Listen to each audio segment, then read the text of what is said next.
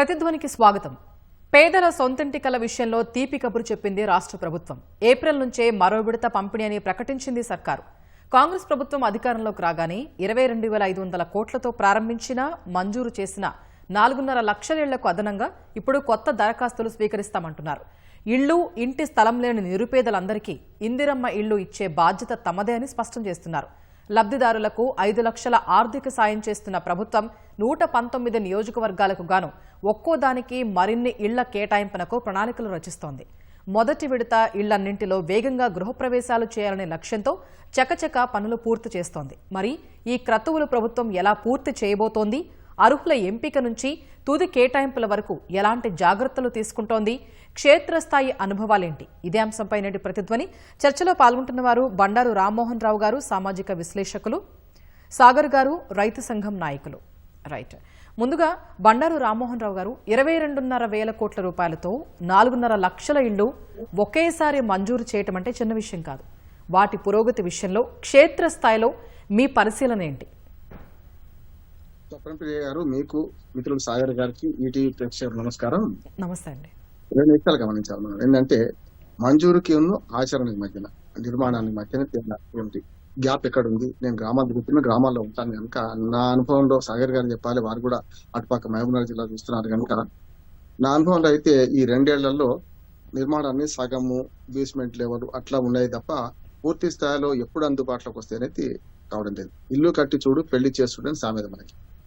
నిజంగా పేదింటి కళ నిజం చేయాలంటే ఎప్పుడైనా అప్పుడు డబుల్ రూమ్, బెడ్రూమ్లు కేసీఆర్ కట్టిస్తున్నప్పుడు కూడా ఆ ప్రభుత్వంలో కానీ ఈ ప్రభుత్వంలో ఆహ్వానించాం, అవసరం కూడా అంటున్నాం.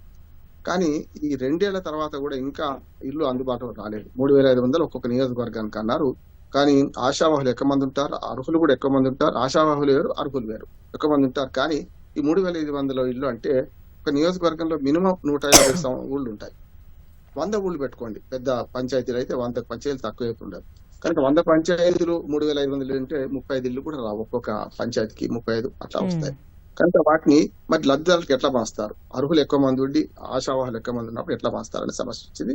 కనుక నియోజకవర్గంలో ఈ అర్హులైన వాళ్ళ ఎంపిక కూడా ఇప్పటికే జరిగింది. అందులో ఒక రకంగా చెప్పాలంటే సగం ఇల్లు పూర్తి అయింది కనుక పూర్తి స్థాయిలో ఇంకో 1 year పడుతుండొచ్చు అనే మాట ఉన్నది. కనుక మొదటి విడతలనే ఇల్లు పూర్తి కానప్పుడు రెండో విడత మంజూరు చేసినామంటే మొదటి విడతకు డబ్బులు అయితే ఇవ్వాలి కదా. అది ఇంకా పూర్తి స్థాయిలో ఇవ్వలేదు అంటున్నారు. నియోజకవర్గ ఎమ్మెల్యేలు కూడా చాలా క్లిష్ట పరిస్థితుల్లో ఉన్నారు. అంటే ఇల్లు ఎప్పుడు వస్తాయి, ఎప్పుడు అందుబాటులోకి వస్తాయి అనుకుంటున్నారు. గత హౌసింగ్ బోర్డు లెక్క ప్రకారం గతంలో హౌసింగ్ బోర్డు దీన్ని టేకప్ చేసేది. అప్పుడు బ్రహ్మాండంగా భూమి సేకరించే వాళ్ళు, అందులో కాలనీలాగా కట్టే వాళ్ళు ఉండేవాళ్ళు. ఇప్పుడు అట్లా కాదు. ఈ పథకంలో అంతా కూడా స్థలాలు ఉన్న వాళ్ళకి ఇల్లు ఇస్తామంటున్నారు. స్థలాలు ఎక్కువ ఉన్న వాళ్లకు అర్హులు కొంచెం తీసేస్తా అంటున్నారు. కనుక స్థలాలు ఉన్న వాళ్ళకి ఇల్లు అంటే మనకు అసలు స్థలం లేకుండా, గుంటెడు భూమి కూడా లేకుండా వాళ్ళకి ఏం కావాలి? కనుక వాళ్ళని ఎంపిక చేయాలంటున్నాను. అంటే ఎప్పుడైనా ఎంపికలో అస్సలు భూమి లేకుండా, అసలు ఇల్లు లేకుండా ఫస్ట్ వాళ్ళని ఎంపిక చేస్తే మొదటి ఫేజ్ లో వాళ్ళు వెళ్ళిపోతే స్థలం ఉన్న వాడికి రెండో ఫేజ్ ఇస్తే బాగుండేది. కానీ 3,500 ఇల్లు మొదటి ఏదైతే నియోజకవర్గానికి ఇచ్చిన ఇళ్లలో కొన్ని నియోజకవర్గాల మొదలే పెట్టలేదు. కొన్ని నియోజకవర్గాల్లో ముఖ్యంగా ప్రతిపక్ష ఎమ్మెల్యేలు ఉన్న నియోజకవర్గాల్లో ఇప్పటి వరకు అతిగతి లేదంటున్నారు. ఇది క్షేత్రస్థాయి పరిస్థితి. మొదలు పెట్టాలి. కానీ అధికార పార్టీ ఎమ్మెల్యేలు ఉన్న చోట కొంచెం పైరవి చేసుకొని కొంత మా ఊళ్ళో మా దగ్గరికి ఇవ్వమని చెప్పి పోయిన వాళ్ళకే ఎక్కువ మంజూరైనవి అంటున్నారు. మంజూరులో కూడా మళ్ళీ అవకతవక జరుగుతున్నాయి. అందుకనే ఒక స్క్రూటినీ చేస్తున్నారు, మంచిది అంటున్నారు. స్క్రూటినీ చేసిన తర్వాత మరి అర్హులైన వాళ్ళకి ఇచ్చారా, అనర్హులకి ఇచ్చారా తేలుతుంది.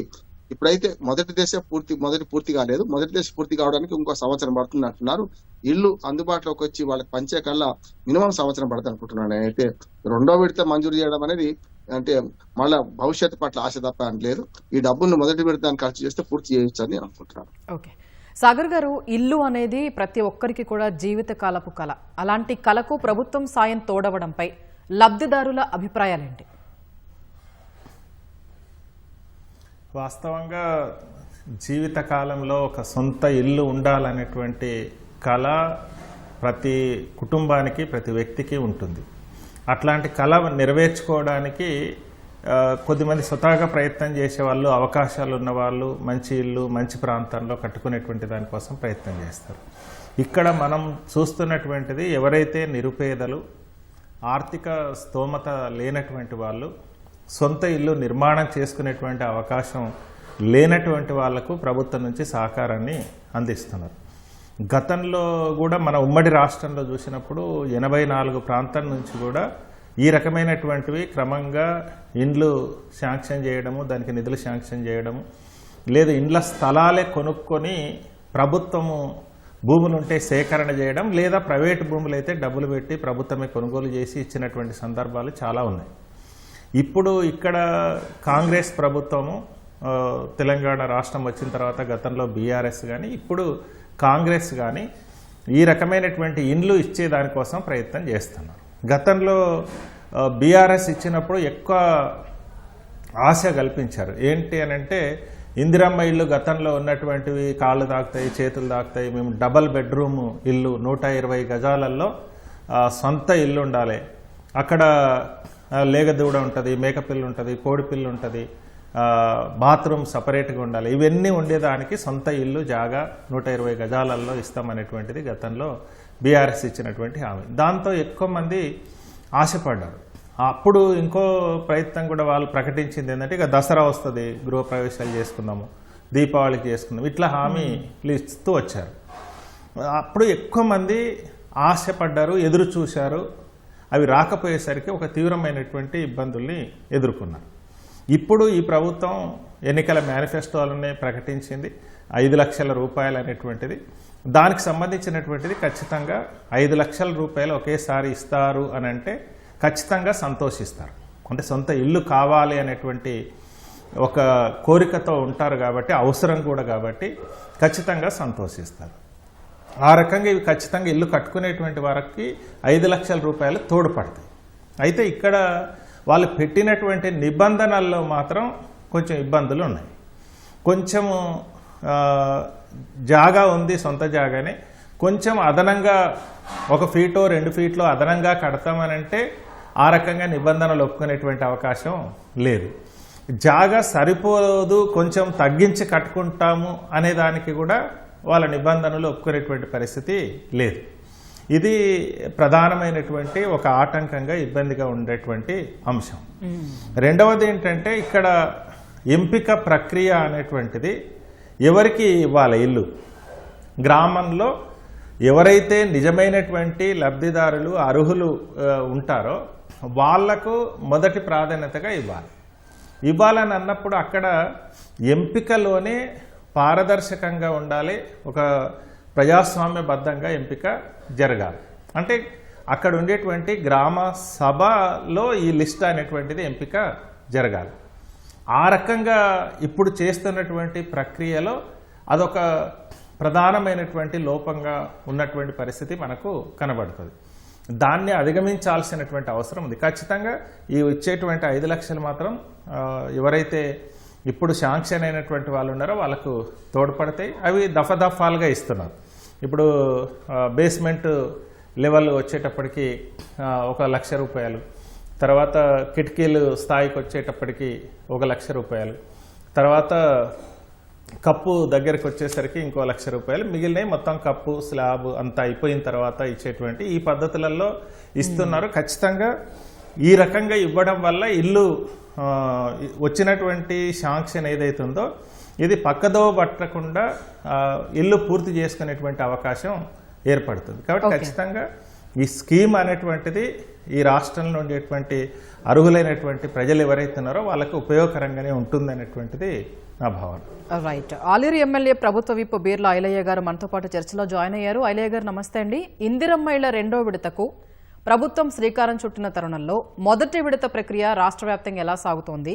4.5 లక్షల ఇళ్ల నిర్మాణాలు ఏ స్థాయిలో ఉన్నాయి? గుడ్ ఈవినింగ్ ఈటీవీ ప్రేక్షకులకు, ఈటీవీ యాజమాన్యానికి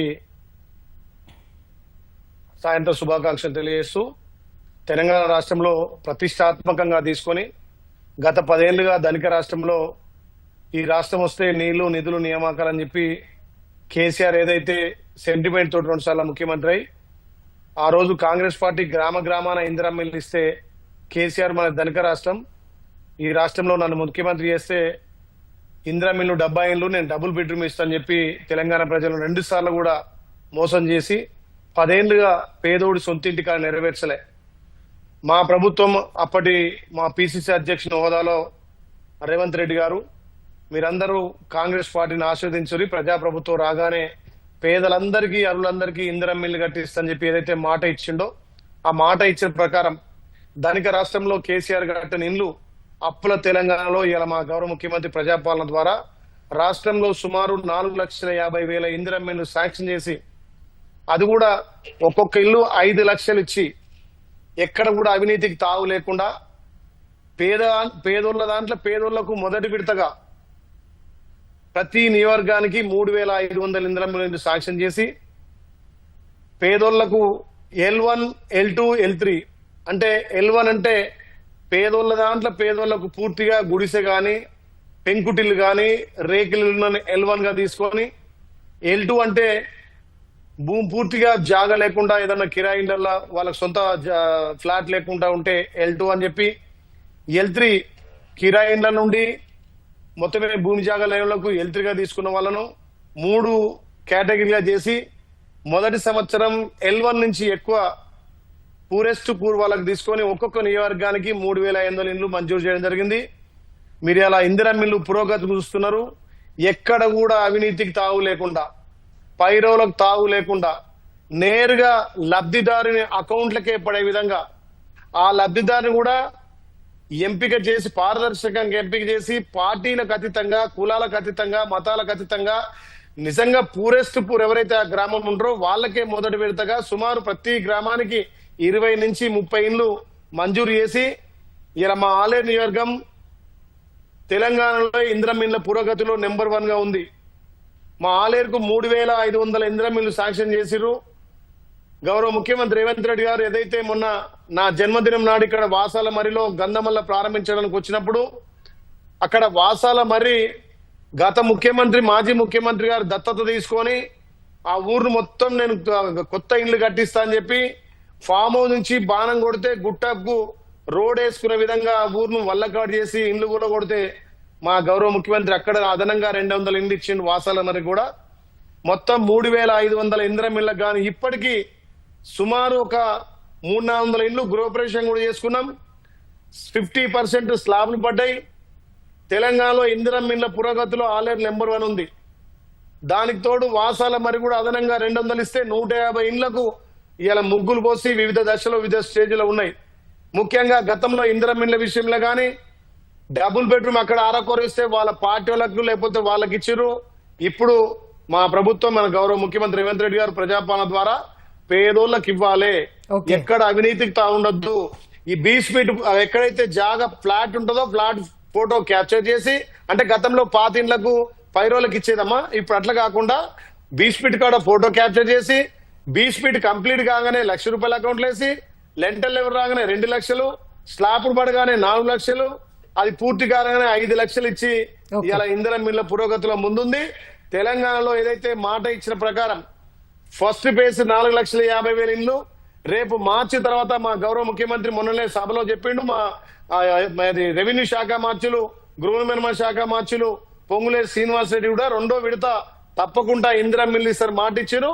2వ విడత కూడా తెలంగాణలో ఇందిరమ్మ ఇల్లు ప్రారంభించబోతోంది. Okay, right sir.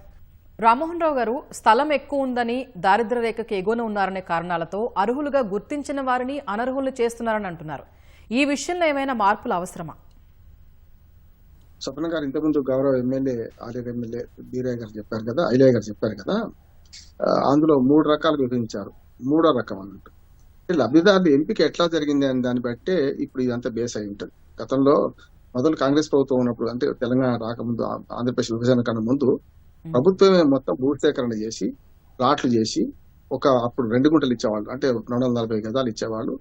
ఇప్పుడు 120 యార్డ్స్ అంటున్నారు కనుక అట్లా చేసి మొత్తం ప్రభుత్వం కట్టించేది. అప్పుడు ఏమైందంటే హౌసింగ్ బోర్డు ఒకటి ఉండేది, హౌసింగ్ బోర్డు ద్వారా కట్టివ్వడం వల్ల అన్ని స్థాయిలు ఒకే స్థాయిలో మనకు ఇల్లు కట్టేవాళ్ళు. తర్వాత కేసీఆర్ గారు వచ్చిన తర్వాత అప్పుడు డబుల్ బెడ్రూమ్ ఇల్లు అని తక్కువ కట్టారు, ఎక్కువ ప్రచారం వచ్చింది. సరే కోడలు కొడుకు వస్తే ఎట్లుంటారు, బెడ్ యారుడు వస్తే ఎక్కడ ఉంటారు, డబుల్ బెడ్రూమ్ ఉండాలన్నారు, రకరకాల మాటలన్నారు, అయిపోయింది. కానీ అవి కట్టినవేమో ఇప్పటిదాకా వీళ్ళు పంచడం లేదు. ఉదాహరణకు హైదరాబాద్ చుట్టుపక్కల మనకు దాదాపు 35,000 ఇల్లు కట్టారంటున్నారు ఐలయ్య గారు చెప్పారు. ఆ 35,000 ఇల్లు మరి ఇప్పటిదాకా ఎందుకు పంచడం లేదని మొన్న మూసీ నది ప్రక్షాళనలో భాగంగా 270 ఇళ్లు కేటాయించారు. అక్కడ ఎమ్మెల్యే బలాల ఎమ్మెల్యే అమ్మ సౌకర్యాలు బాగున్నాయా అంటే నది లోపల ఉన్న వాళ్ళని మన వాళ్ళు అక్కడ పంపారు. అది మంచి పని అని అంటున్నారు. కానీ డబుల్ బెడ్రూమ్ ఇల్లు కట్టినవి ఎందుకు పంచడం లేదని ఒక విమర్శ. ఇప్పుడు ఈ ప్రభుత్వం ఏంటంటే గతంలో డబుల్ బెడ్రూమ్ ఇల్లు కట్టారు కదా, అవి ఇంకా ఎందుకు పంచడం లేదు, ఎప్పుడు పంచుతారనేది ఒకటి ఉన్నది. రెండోది మీరు అడిగింది L1, L2, L3 చేసిన దానిలో స్థలం ఎక్కువ ఉన్న, ఇంతకు సాగర్ గారు కూడా అదే ప్రస్తావించారు. L1, L2, L3లో స్థలం ఎక్కువ కష్టం ఉంది, స్థలం తక్కువ కష్టం ఉంది. సరే, అస్సలు భూమి లేని వాడికి ఇవ్వడం వేరు. కానీ ఇవి ఎట్లుంటది అంటే ఒకే రకంగా పురోగతి ఉండడం లేదమ్మా. నేను చెప్పింది అదే, 3,500 ఇళ్ళు ఇప్పుడు ఆలేరు నియోజకవర్గంలో మంజూరు అని ఐలయ్య గారు అంటున్నారు కదా. 3,500లో 350, 400 పూర్తి అయినాయి అంటున్నారు. అంటే ఇది 10% కదా. మిగతా మరి 90% ఎప్పుడు పూర్తి కావాలి ఇట్లా అయితే? చెప్పండి. గృహప్రవేశాలు అయిపోయినాయి, 350 స్లాబ్లు పడ్డాయి, 1000 పైన అయినాయి. ఇంకా ఏది స్లాబ్ లెవెల్ వచ్చినాయి 850 ఉన్నాయి. అంటే గ్రౌండింగ్ 90% అయిపోయింది రామోహన్ అన్న. మంచిది అంటున్నాను. అందుకని రామోహన్ అన్న, నేను గృహప్రవేశాలు చేసినాయి అంటే మా ఆలయంలో ఒక సిస్టమ్ పెట్టిన రామోహన్ అన్న. ఎవరైతే ఆ గ్రామంలో మొదటగా గృహప్రవేశం చేస్తారో ఆ ఇంటికి ప్రత్యక్షంగా నేనే పోయి వాళ్ళకు పట్టుబట్టెలు ఒక పొడేళ్ళు ఇస్తున్నాను చెప్పి మాట ఇచ్చిన. ఏ గ్రామంలో అయితే మొదటి గృహప్రవేశం ఉందో దానికి నేను స్వయంగా పోయి అక్కడ రిబ్బన్ కట్ చేసి పాలు పొంగించి వాళ్ళకు ఒక పెద్ద పొట్టేలు, అది 20-25 వేల పొట్టేలు, 10,000 పట్టుబట్టలు తీసుకొని వాళ్ళకి ఇస్తాం. అట్లా 350 కంప్లీట్ చేసిన రామోహన్ అన్న. ఓకే, రామ్మోహన్ రావు గారు మీరు కంప్లీట్ చేయండి.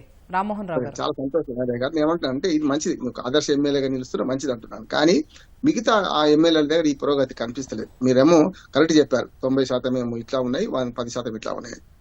ఆ లబ్ధిదారుల ఎంపికలనే సమస్య వస్తుంది. ఐలయ్య గారు, సమస్య ఎక్కడ వస్తుంది అంటే లబ్ధిదారుల ఎంపికలో గ్రామ సభ బేస్ గా నిర్ణయించాలంటున్నాను. ఇక్కడ ఏమైందంటే ఇప్పటికి కూడా ఒక ఆరోపణ ఏంటంటే ఎమ్మెల్యేలు టిక్ చేస్తేనే కలెక్టర్లు ఆమోదిస్తున్నారు లబ్ధిదారుల ఎంపికలో అని ఒక విమర్శ ఉన్నది. అది అన్నింటి చోట్ల ఉండకపోవచ్చు, మీ దగ్గర ఉండకపోతే ఇంకో దగ్గర ఉంటుంది, అట్లా ఒకటి ఉన్నది. అందుకని లబ్ధిదారుల ఎంపికనే మొదలు సక్రమంగా చేసి ఉంటే ఇట్లా వాళ్ళ భూమి ఎక్కువ ఉందని లేకుంటే రకరకాల తక్కువ ఉన్నదని అనర్హులుగా ప్రకటించే అవకాశం ఉండకపోవద్దు కదా. తెలంగాణలో ఒక సామెత ఉంది, పెడతానంటే ఆశ, కొడతానంటే భయం అనేది. ఇప్పుడు పెడతానని ఆశ పెట్టిన తర్వాత వాళ్ళకి ఇల్లు మంజూరు అయిన తర్వాత వీళ్ళు అనర్హులు, మీరు L3 కింద L1 రాని అనే పరిస్థితి వచ్చినప్పుడు వాళ్ళు నిరాశ పడతారు కదా అంటున్నారు. కనుక లబ్ధిదారుల ఎంపికనే గ్రామ సభ బేస్ తీసుకుంటే బాగా ఉండేది. నిజంగా ఇప్పుడు రామ్మోహన్ రావుకి ఇల్లు ఉందా లేదా మా ఊళ్ళో గ్రామ సభ పెట్టి తెలుస్తుంది కదా, అట్లా చేస్తే బాగుండేది. గ్రామ సభ ద్వారా ఎంపిక చేస్తే మీకు కూడా సమస్య లేదు. అయ్యే గారు, ఇప్పుడు ఎమ్మెల్యేలకు పెద్ద సమస్య ఏంటంటే మీకు తెలవకుండా కూడా ఆ లిస్టులు పోతున్నాయి, ఆ కలెక్టర్ గారు సంతకం పెడుతున్నారు. కొన్ని చోట్ల అయితే ప్రతిపక్ష ఎమ్మెల్యేలు ఉన్న చోట అయితే డైరెక్ట్ గా ఇన్ఛార్జి మంత్రులు సంతకాలు పెడతారు. ఇన్ఛార్జి మంత్రులు సంతకాలు పెట్టినప్పుడు కూడా స్థానిక అధికార పార్టీ ఎమ్మెల్యేలు కూడా లోపాలు. అట్లాంటివి ఇవి జరగకుండా ఉంటే బాగుండేది నాకు. ఓకే, ఐలయ్య గారు, ఇప్పుడు ఏప్రిల్ నుంచి 2వ విడత అమలుకు ప్రభుత్వం సిద్ధమవుతుంది కదా, మరి మొదటి విడతకు 2వ విడతకు మధ్య ఏమైనా తేడాలు ఉండొచ్చా? ఇందుకు ప్రభుత్వ ఆలోచనలు ఏంటి?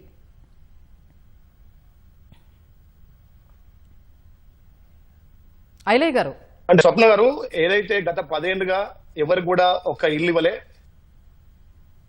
స్వప్న గారు వినిపిస్తుందా? వినిపిస్తుందండి, చెప్పండి. స్వప్న గారు వినిపిస్తుందా? వినిపిస్తుంది ఐలయ్య గారు, చెప్పండి. గారు గత 10 ఏళ్ళుగా పేదలను నెరవేరలేదు. చాలా మంది అర్హులు ఉన్నారు, చాలా మందికి పెళ్లిళ్ళు అయి పేరు పడ్డరు, వాళ్ళకి పిల్లలు పుట్టిరు. కాబట్టి ఇల్లు కావాలనే వాళ్ళు లేని వాళ్ళు ఎక్కువ ఉన్నారు. కాబట్టి గ్రామాల్లో ఇంకా కూడా లబ్ధిదారులు చాలా ఉన్నారు. ఈ ఒక్క సంవత్సరం 3,000 మళ్ళీ ఈ యొక్క 2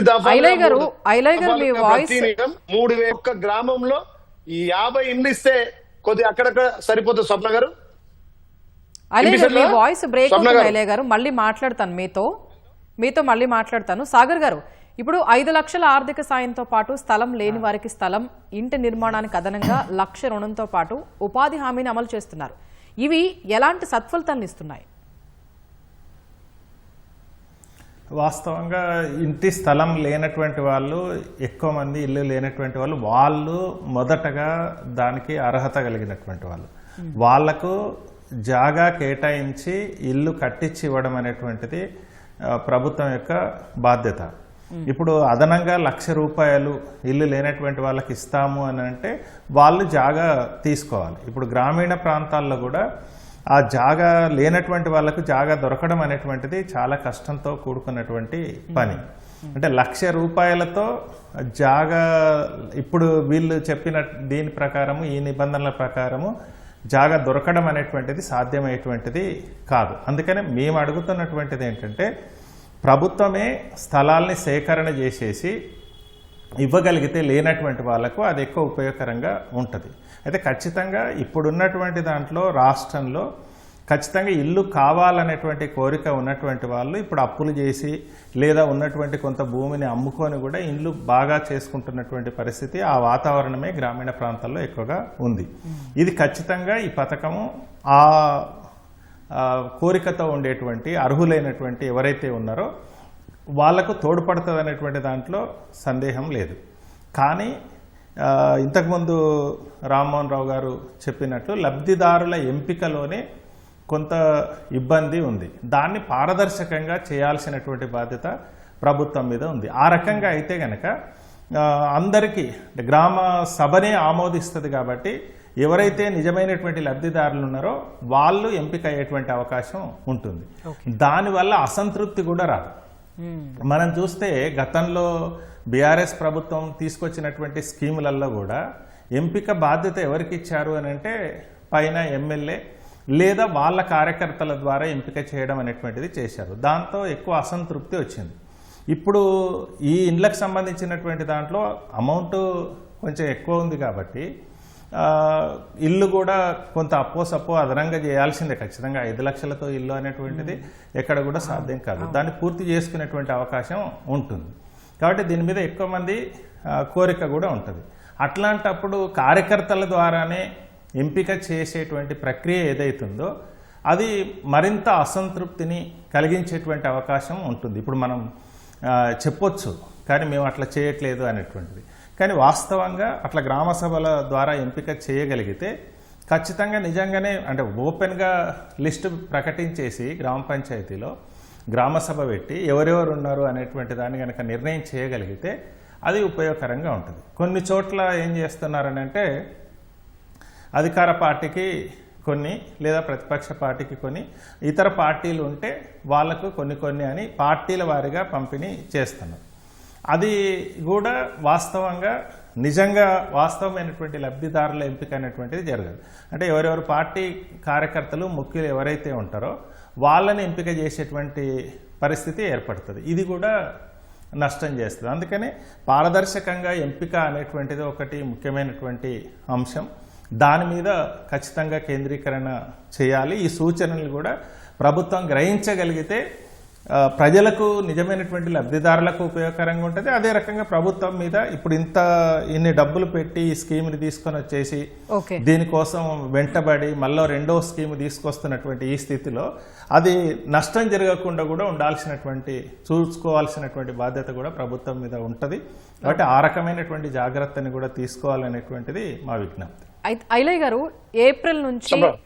ఏప్రిల్ నుంచి రెండో విడత అమలుకు ప్రభుత్వం సిద్ధమవుతోంది కదా, మరి మొదటి విడతకు రెండో విడతకు మధ్య ఏమైనా తేడాలు ఉండొచ్చా?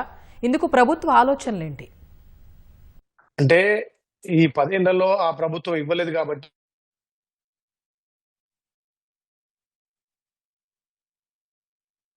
ఆ ప్రభుత్వం ఏం చెప్పిందంటే ప్రతి సంవత్సరం ఇండ్లు ఇస్తున్నాం, 1,50,000 తెలంగాణలో ఇచ్చినాం. రెండో దశలో కూడా తప్పకుండా మళ్ళీ సుమారు ఒక 4 లక్షల పైచీలకి ఇవ్వాలి. ప్రతి నియోజకవర్గానికి 2,000 నుంచి 20 ఇవ్వాలనే లక్ష్యం ముందుకు పోతున్నాం.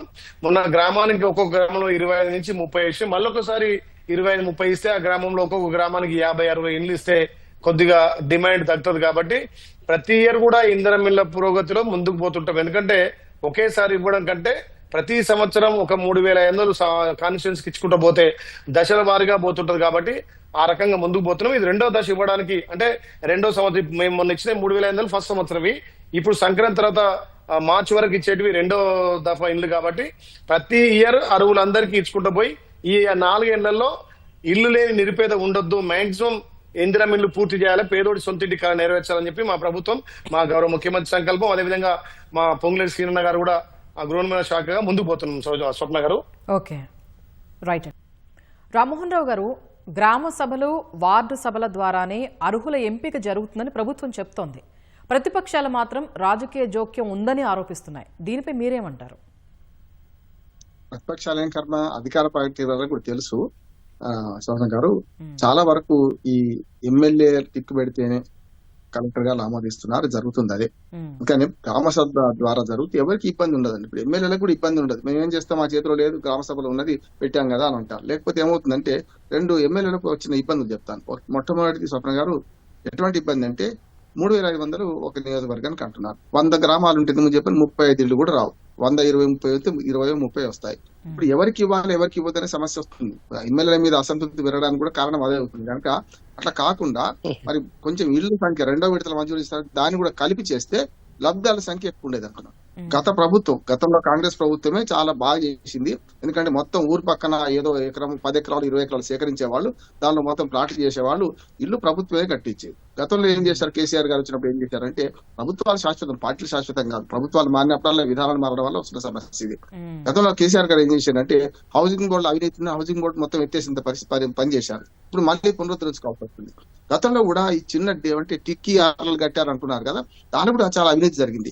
4 ఇళ్లు కలిపి ఒకే ఇల్లు కట్టుకున్న సందర్భం చూస్తున్నాం. కుటుంబ సభ్యుల పేర్లు పెట్టేసి 4 ఇళ్లు, ముఖ్యంగా మంతని నియోజకవర్గంలో 400 ఇళ్లు కట్టించినట్టు, అసలు కట్టకుండానే బిల్లులు లేపనట్టు ఒక పెద్ద ఆరోపణ వచ్చింది. ఇది కాంగ్రెస్ హయాంలో జరిగింది. దాని మీద విచారణ చేస్తున్నారు.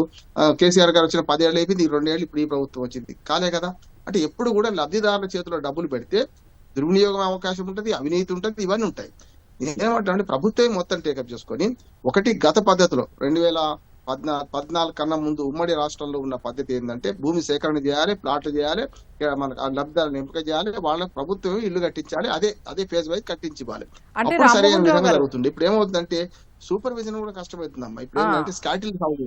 అంటే రామ్మోహన్ రావు గారు, ఇప్పుడు అర్హుల విషయంలో వీళ్ళు ఏ అంశాలు పాటిస్తున్నారు, అంటే ఏ ప్రాథమిక అంశాలు తీసుకుంటున్నారు? ఏం లేదు, గ్రామసభలు పెట్టినట్టు పెడుతున్నారు, అక్కడ ఫైల్ రాసుకుంటున్నారు. స్పష్టంగా అన్ని అధికార పార్టీ ఎమ్మెల్యేలు కూడా అది జరుగుతుంది. పేర్లు రాసుకుంటున్నారు, రాసేసుకొని ఎమ్మెల్యేకి లిస్ట్ పంపుతారు, ఎమ్మెల్యే టిక్ కొట్టగానే కలెక్టర్ గారు ఆమోదిస్తారు, వస్తుంది. అంటే కొంత అర్హులకు అస్సలు అందడం లేదని అనను. కానీ రాజకీయ పార్టీలు, ఇంతకుముందు సాగర్ గారు చెప్పినట్టు, ఆ రాజకీయ పార్టీల బలాబలం కూడా పంచుకుంటున్నారు. అంటే నువ్వు నేను పనిచేసుకున్నా, ఈ ప్రజల నుంచి అభ్యంతరాలు రావు, కానీ అది కూడా సమస్య వస్తుంది. ఇప్పుడు ఒకటే మాట అమ్మా, మీరు గ్రామ సభ పెట్టి ఫలానా వాడికి ఇల్లు ఉందా లేదా, ఇగో లిస్ట్ అవుతున్నాం, ఉన్నదా లేదంటే అప్పుడే చెప్తారు కదా, క్రాస్ చెక్ చేసుకోవచ్చు కదా. నిజమైన లబ్ధిదారులకి ఇల్లు అందకుండా ఉన్నాయి, రాజకీయ కార్యకర్తలకి 1-2 ఏళ్ళు వచ్చింది. చెప్తున్నాను, ఒక 20 ఏళ్ళు ఒక టార్గెట్ పెట్టుకోవాలి. ఇంతకుముందు అజయ్ గారు చెప్పారు, కోడలు కొడుకు పెద్దవాళ్ళు అవుతుంటారు, ఇల్లు ఇంకా 10 ఏళ్ళైనా 20 ఏళ్ళైనా పూర్తి స్థాయిలో ఇల్లు అవసరం లేని మనుషులు ఉండరు. ఎందుకంటారంటే కుటుంబాల సంఖ్య పెరుగుతుంటది కదా, యువత పెరుగుతుంటది కదా, భార్యాభర్తలు పెళ్లి చేసిన తర్వాత కుటుంబం వేరుపడుతుంది కదా, ఇల్లు అవసరం ఎప్పుడైనా.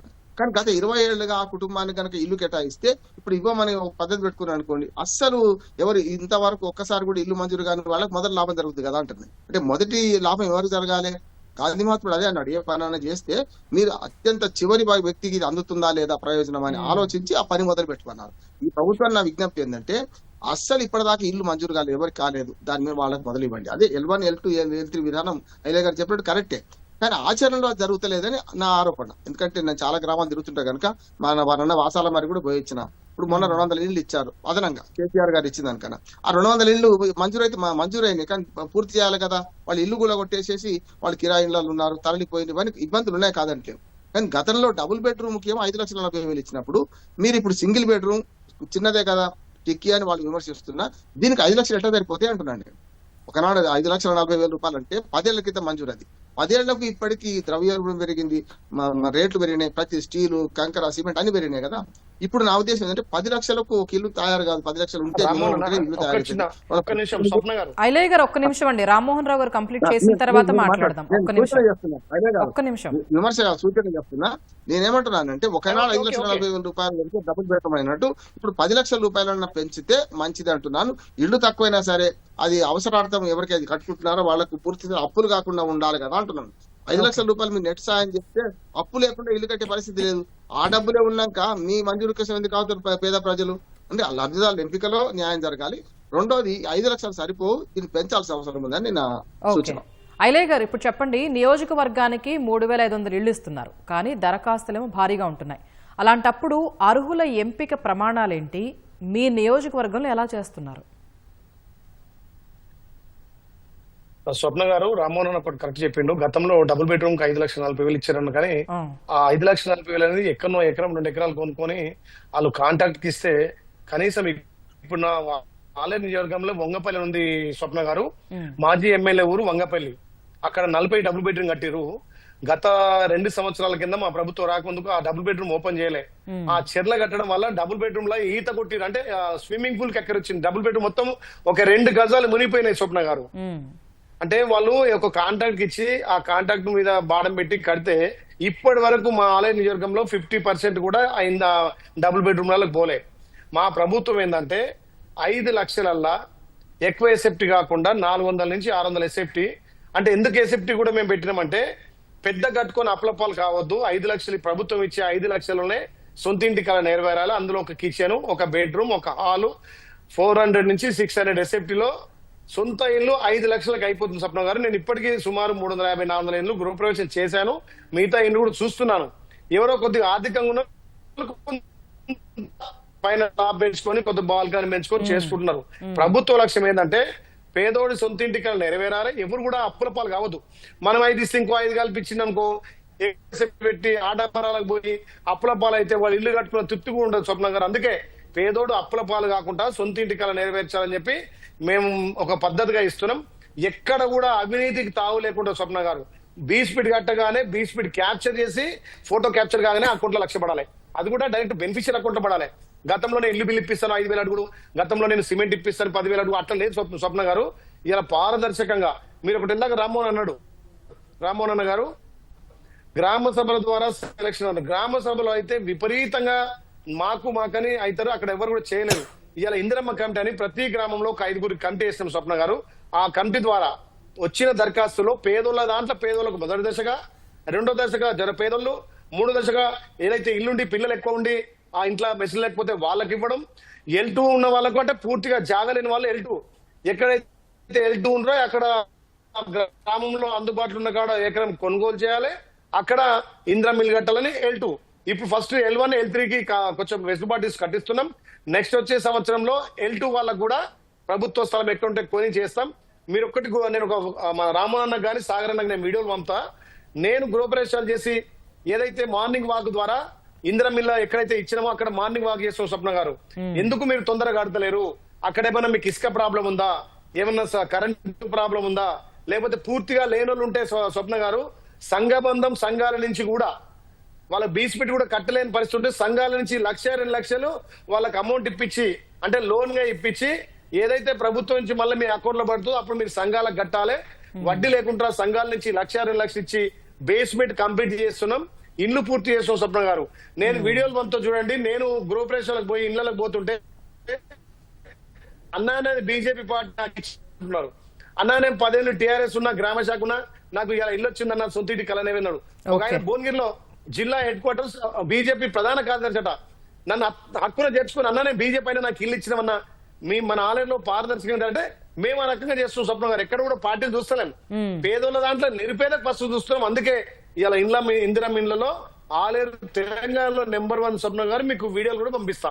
ఓకే అండి, ఓకే. సాగర్ గారు, గ్రామీణ ప్రాంతాల్లో పథకం అమలు బాగానే ఉన్నప్పటికీ పట్టణ పేదలు మా పరిస్థితి ఏంటని అడుగుతున్నారు చాలా మంది. ముఖ్యంగా హైదరాబాద్లో ఇళ్ల పరిస్థితి ఏంటి?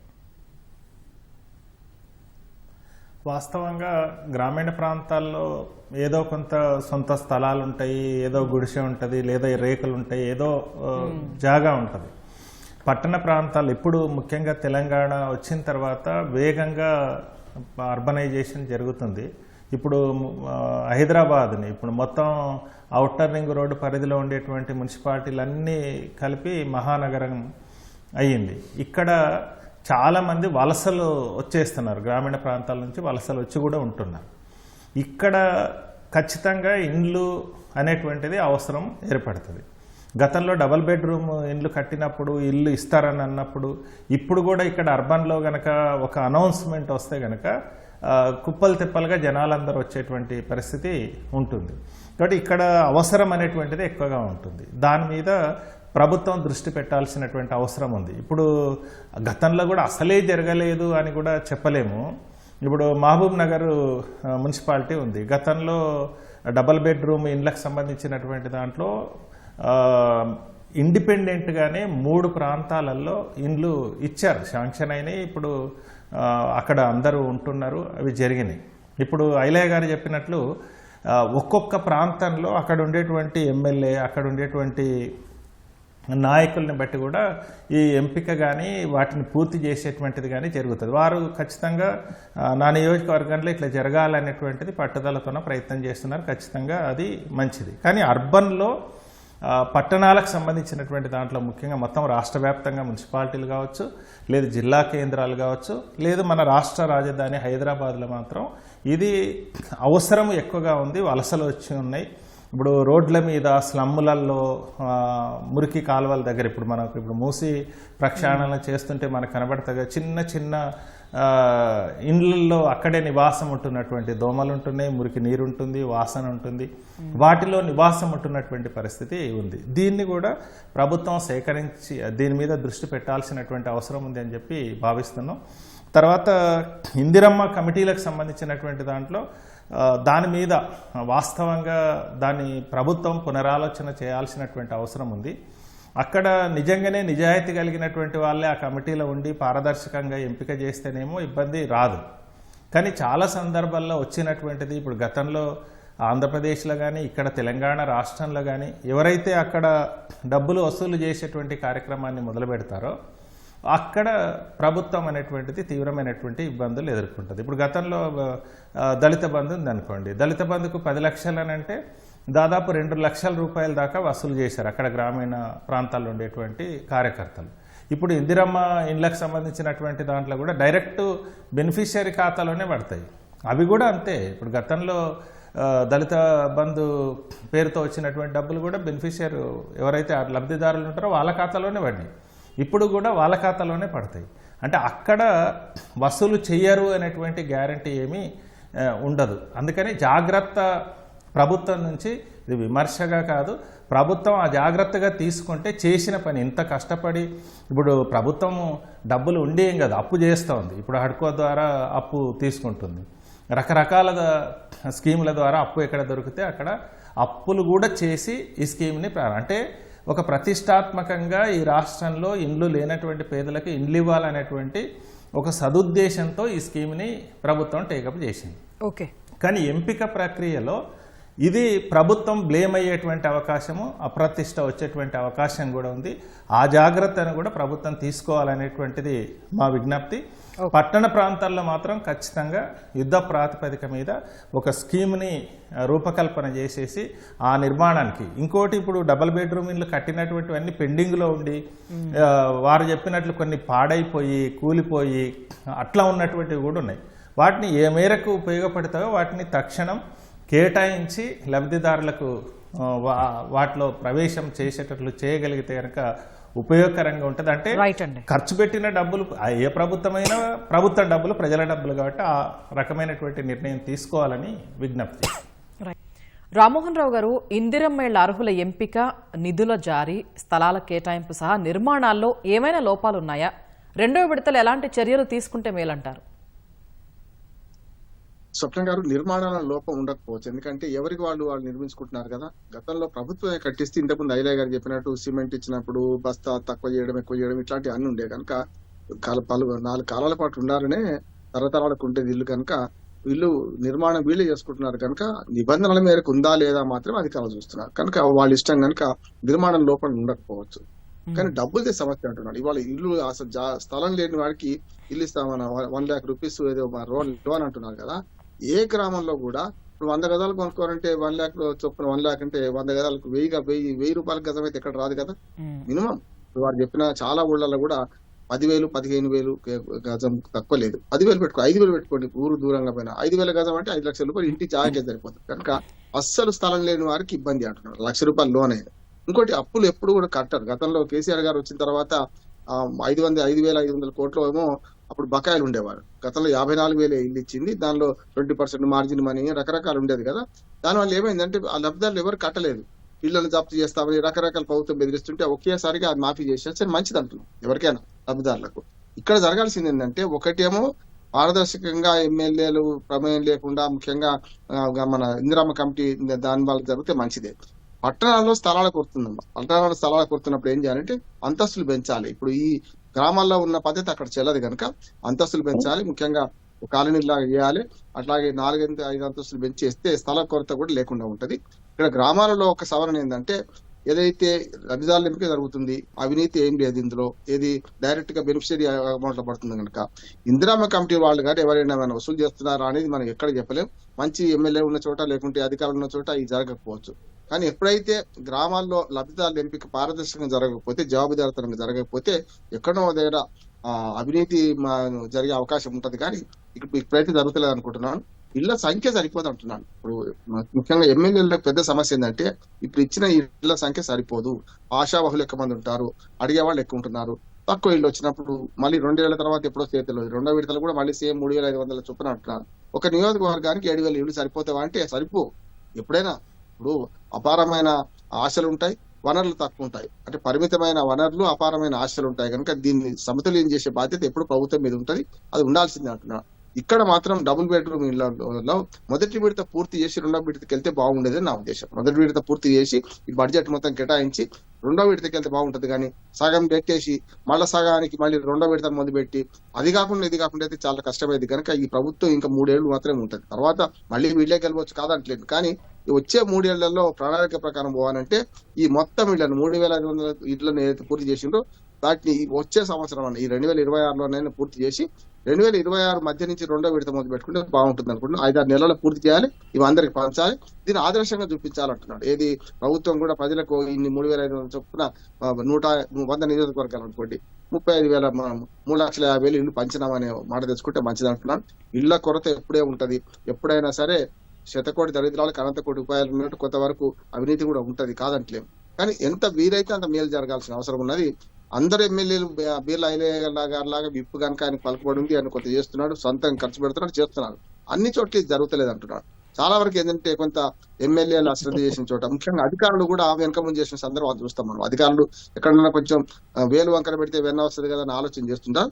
అటువంటి అధికారుల పని కూడా మరి ఎమ్మెల్యేలు, ప్రజాప్రతినిధులు పట్టాల్సిన అవసరం ఉంది. కొత్త సర్పంచులు వచ్చారు, కొత్త సర్పంచులకు కూడా కొన్ని సమస్యలు ఉంటాయి. 2 ఏళ్ల దాకా 2 ఏళ్ల నుంచి సర్పంచులు లేరు కదా. ఈ కొత్త సర్పంచులకు మళ్ళీ ఇల్లు మంజూరు చేయాలనే ఆలోచన ఉంటది కదా. ప్రభుత్వం చేస్తే మా హయాంలో ఇవి జరిగినాయి అనే ఉద్దేశం ఉంటది. గత హయాంలో జరిగిన ఇళ్లను ప్రభుత్వాలు శాశ్వతం, పార్టీలు శాశ్వతం కాదు కనుక ఇది మెల్లమెల్లగా మిగతా నిర్మాణాలను పూర్తి చేయాలి, కొత్త మంజూరు చేయాలి, వద్దంటలేదు. కానీ ఈ పూర్తి అయినాక చేస్తే బాగుండేది నా ఉద్దేశం. ఐలయ్య గారు, ఇందిరమ్మ ఇళ్లకు మాది భరోసా అని ప్రభుత్వం పదే చెబుతున్నా ఆ మాటలకు క్షేత్రస్థాయి పరిస్థితులకు పొంతన లేదని విమర్శిస్తున్నాయి. వీటికి మీ సమాధానం ఏంటి? స్వర్ణ గారు, రామారావు ఒకటి చెప్పింది ఏంటంటే ఫస్ట్ సంవత్సరం ఇచ్చినటువంటి 3,500 ఇండ్లు పూర్తి చేసినాకనే 2వ దఫా ఎంపిక చేస్తే బాగుండదు అన్న చెప్పిన సూచన బాగానే ఉంది. కానీ ఏదైతే మేము 3,500 లబ్ధిదారులను చేసినామో అందులో కొంత వేగవంతంగా చేసే వాళ్ళను, కొంత వాళ్ళ ఇంట్లో కొద్దిగా అనివార్య కారణాల వల్ల కానీ వాళ్ళ కొంత ఆర్థిక ఇబ్బందుల వల్ల కొంత లేట్ గా స్టార్ట్ చేసిరు. ప్రతి సంవత్సరం మేము ఇది ఒక టార్గెట్ గా, అంటే ప్రతి సంవత్సరం ఒక 3,500 అంటే 5 సంవత్సరాల్లో 5,15,000 ఒక్కొక్క నియోజకవర్గానికి ఇవ్వచ్చు అనే మా గౌరవ ముఖ్యమంత్రి రేవంత్ రెడ్డి గారి సంకల్పంతో ముందుకు పోతున్నాం. ప్రతి కోట ఎందుకంటే ప్రతి సంవత్సరం 3,500 తోటి మేము పోవని వెళ్తున్నాం. స్వప్న గారు, ఈ సంవత్సరం ఏదైతే 3,500 ఇచ్చామో అవి 80-90% కంప్లీట్ అయ్యి మళ్ళీ అక్కడ ఎంత డిమాండ్ ఉంది ఆ డిమాండ్ తగ్గట్టుగా మళ్ళీ 2,000, 2,500 మళ్ళీ 3,000 ఇచ్చుకుంటా, అంటే ప్రతి సంవత్సరం ఇది ఇవ్వాలనే లక్ష్యంతో ముందుకు పోతున్నాం. కాబట్టి తప్పకుండా ఇచ్చిన టార్గెట్ పూర్తి చేస్తే మనకు కూడా ఇంకా టార్గెట్ రీచ్ అవుతుంది. రామోహన్ మంచి సూచనలు ఇచ్చి తప్పకుండా దాన్ని మేము పగగా తీసుకొని ముందుకు పోతాం. మొన్న కూడా ఏమంటే పోయిన సంవత్సరం కోట అయిపోయింది, ఈ సంవత్సరం మళ్ళీ ఇస్తే ఇంకా అరువులందరూ ఎలిజిబుల్ ఉన్న వాళ్ళు, అరువులు ఉన్న వాళ్ళు కాబట్టి వాళ్ళకి 2వ విడత ఇస్తే ఈ వాటిని పురోగతి ఇంకా చేసుకుంటూ ముందుకు పోతాం. ఈ 5 ఏళ్లలో మా ఉద్దేశం ఒకటే. చెప్పండి ఐలయ్య గారు.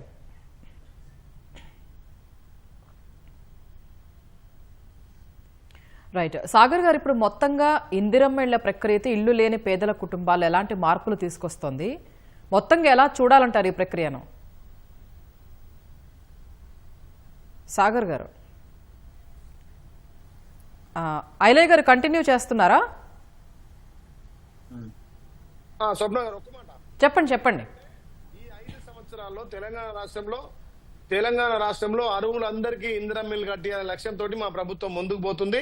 ఎక్కడ కూడా అవినీతికి తావు లేకుండా, ఎక్కడ కూడా పేదలకు ఇల్లు కట్టేయాలి. స్వర్ణ గారు, ఇలా గ్రామాలలో ఉంటే 50% పార్టీలలో ఉంటారు. స్వప్న గారు, చాలా మంది పార్టీలకు అతీతంగా కూడా ఉంటారు. ముందుగా ఎలిజిబుల్ ఉండి పార్టీలో ఉన్నా సరే, ఏ పార్టీ అయినా సరే పేదోళ్ళ దాంట్లో పేదోళ్ళకి ఇవ్వాలనే లక్ష్యంతో ముందుకు పోతున్నాం. ఈ 1 సంవత్సరం ఇందాం ఇచ్చి 5 ఏళ్ళు ఊకునే కాదు, ఇంకా 3 ఏళ్ళున్నా మళ్ళీ మా ప్రభుత్వం వస్తుంది. ప్రజలు ఆస్వాదించారు. మొన్నైతే 190 సీట్లకు 136 సీట్లు కాంగ్రెస్ ఆలయంలో గెలిచింది. సర్పంచ్ గా గెలిచినాం. మొన్న జరిగిన సర్పంచ్ ఎలక్షన్ లో మంచి మెజార్టీ ఇచ్చారు. ఇంకా పేదలందరికీ ఇండ్లు ఇచ్చే కార్యక్రమం తీసుకుపోతాం. ఈ పథకాన్ని సజావుగా 100కి 100 రూపాయలు అరువులకు ఇచ్చుకుంటూ, ఎక్కడ కూడా ఇంత మరక లేకుండా, ప్రభుత్వానికి ఇబ్బంది లేకుండా పేదోడి సొంతింటి కళ నెరవేర్చడమే లక్ష్యంగా ముందుకు పోతాం. స్వప్న గారు, ఓకే. సాగర్ గారు చెప్పండి, మొత్తంగా ఇందిరమ్మ ఇళ్ల ప్రక్రియతో ఇళ్లు లేని పేదల కుటుంబాలు ఎలాంటి మార్పులు తీసుకొస్తోంది? మొత్తంగా ఎలా చూడాలంటారు ఈ ప్రక్రియను? వాస్తవంగా ఇందిరమ్మ ఇల్లు అనేటువంటిది ఇల్లు లేనటువంటి పేదలకు ఉపయోగకరమైనటువంటి పథకము. ఖచ్చితంగా ఉపయోగం జరుగుతుంది. అయితే దీన్ని స్థలాలు లేనటువంటి పేదలు ఎవరైతే ఉన్నారో వాళ్లకు ఖచ్చితంగా ప్రభుత్వమే స్థలాలు కొనుగోలు చేసి ఇచ్చేటువంటి బాధ్యతను తీసుకోవాలి. ప్రభుత్వ స్థలాలు ఉన్న దగ్గరనేమో ప్రభుత్వ స్థలాలే సేకరించి ఇవ్వాలి. లేకపోతే ప్రభుత్వమే కొనుగోలు చేసి ఇవ్వగలిగితే కనుక వాళ్ళ జీవితాల్లో ఒక మార్పు వస్తుంది. నిజమైనటువంటి ఆశావాగులు కాదు, నిజమైనటువంటి అర్హులు ఎవరైతే ఉన్నారో వాళ్లకు ఈ ఇండ్లు చెందాల్సినటువంటి అవసరం ఉంది.